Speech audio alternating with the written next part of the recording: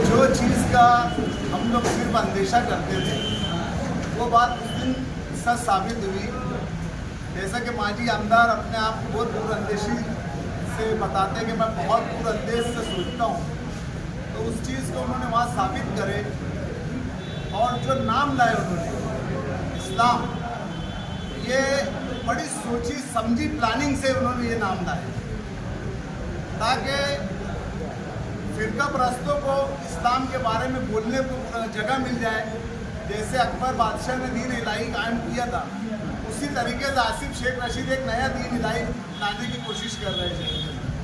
और फिरका परस्तों के लिए मैं तो ये समझता हूँ कि फिरका परस्तों के बोलने के ऊपर ये इन्होंने नाम रखे।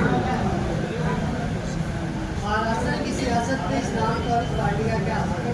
महाराष्ट्र की सियासत में हो या हिंदुस्तान की सियासत में हो, ये नाम के ऊपर हमारा दीन हमको क्या बोलता है कि किसी के दीन को तुम खराब मत बोलो, किसी के दीन को बुरा मत कहो, इसलिए कि कोई तुम्हारे दीन को बुरा बोलेगा। तो अब इन्होंने जो नाम रखा है, ये प्लानिंग के तहत नाम रखा गया है कि लोग डायरेक्ट इस्लाम को नहीं बोलेंगे, इस्लाम पार्टी को बुरा भला बोलेंगे। आज उनके ताल्लुक से फतवे जाहिर हो रहे हैं, अगर वो समझदार होंगे तो उलमाओं से जिनको घिन आती थी वो वापस राग़िब हो जाए, उलमाओं के पास आ जाए और सही रास्ता ढूंढ ले।